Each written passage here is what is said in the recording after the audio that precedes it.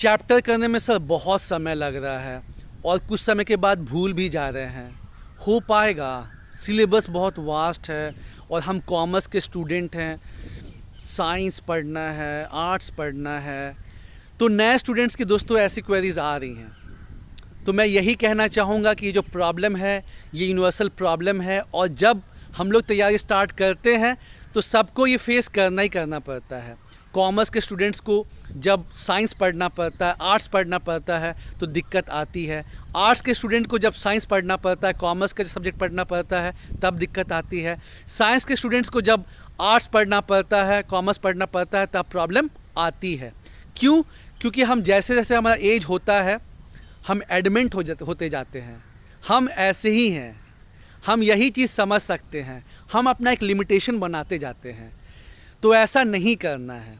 हम लोग को ना फ्लेक्सिबल होना है, नई नई चीज़ों को सीखने के लिए तैयार रहना है और सोचना है कि नहीं यार, सिविल में जब हम जाएंगे तो हमको हर चीज़ डील करना पड़ेगा, इसलिए हमको हर सब्जेक्ट का नॉलेज होना है, हर सब्जेक्ट में हमको कमांड होना है, तभी जाके हम एक अच्छे ब्यूरोक्रेट बन पाएंगे। ये जो हिस्ट्री है ना, ये केवल एग्ज़ाम के लिए नहीं, हम एक भारतीय हैं, ये मेरे देश का इतिहास है, मेरे देश का भूगोल है, मेरे देश का पॉलिटी है, मेरे देश की अर्थव्यवस्था है। ऐसे समझ के जब पढ़ेंगे इंटरेस्ट के साथ, मज़ा आ जाएगा। और देखिए, तैयारी से पहले क्या होता है कि हम नॉर्मल लाइफ जीते हैं, उसमें जैसे एलिस इन वंडरलैंड था ना कि वो अपने दुनिया में एलिस खोए रहती थी, वैसे हम लोग अपने दुनिया में चाहे बॉलीवुड की हो चाहे क्रिकेट की हो उसमें खोए रहते हैं और चीज़ों को उतनी गहराई से ऑब्जर्व नहीं करते और उसका एनालिसिस नहीं करते। लेकिन जब हम सिविल की तैयारी में आते हैं तो फिर ट्रांसफॉर्मेशन होता है हमारा, हम अपने कंफर्ट जोन से बाहर निकलते हैं। और हमेशा कंफर्ट जोन से बाहर निकलना, खुद को बदलना एक पेनफुल एक्सपीरियंस होता है और बार बार आपको मन करेगा कि यार नहीं होगा, नहीं होगा, लेकिन आपको समझाना पड़ेगा, बिल्कुल होगा, बिल्कुल होगा, बिल्कुल होगा। जब गांव के एक लड़के ने, जिसके पास कोई सुविधा नहीं थी, जिसने लालटेन में पढ़ाई की थी, उसके यहाँ प्रॉपर बिजली भी नहीं थी, खाने का भी प्रॉब्लम था, अगर वो बंदा हार्ड वर्क से सिविल सर्विसेज निकाल सकता है तो ऊपर वाले के रहम से हमारा सिचुएशन तो बहुत अच्छा है, तो हम फिर क्यों नहीं कर सकते हैं। As you think so you become. आप जैसा सोचते हैं वैसा बन जाते हैं। आप सोचते हैं हम ग्रुप डी के लायक हैं, आप उस हिसाब से मेहनत करते हैं, आपका ग्रुप डी निकलता है। आप सोचते हैं हम बैंक क्लर्क के लायक हैं, आप उस हिसाब से मेहनत करते हैं, आपका बैंक क्लर्क निकल जाता है। आप सोचते हैं हम एसएससी के लायक हैं तो आपका एसएससी का एग्ज़ाम निकल जाता है, आप उतना मेहनत करते हैं। अगर आप सोचते हैं कि हम सिविल के लायक हैं तो फिर आपका बॉडी और माइंड आपको उतना सपोर्ट करता है और आपका सिविल भी निकल जाता है। तो इसीलिए दोस्तों, खुद पे यकीन रखना है, अपनी मेहनत पे भरोसा करना है और धीरे धीरे जो है ना अपने आप में चेंजेस आएगा और अचानक से चमत्कार कुछ नहीं होगा।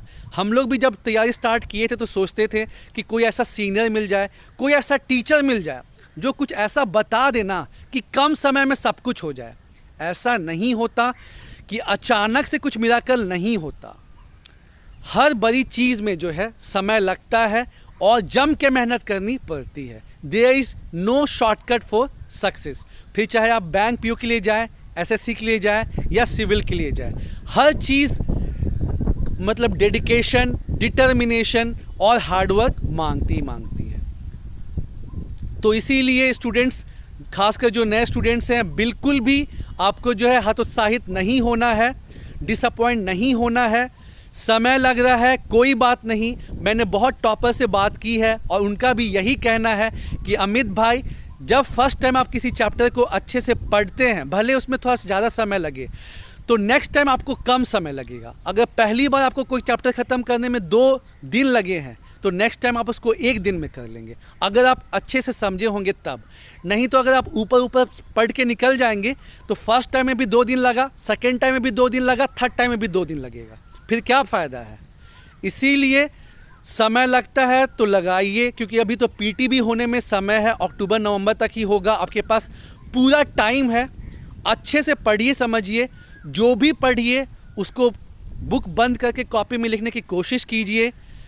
उसके बाद उसको अपने दोस्त के साथ डिस्कस कीजिए, वैसे दोस्त नहीं हैं तो भाई बहन मम्मी पापा जो मिले उसके साथ डिस्कस कीजिए, क्योंकि आप जब चीज़ों को बार बार दोहराएंगे तब जाके वो सबकॉन्शियस माइंड में सेटल होगा और तब जाके वो टॉपिक आपका अपना होगा।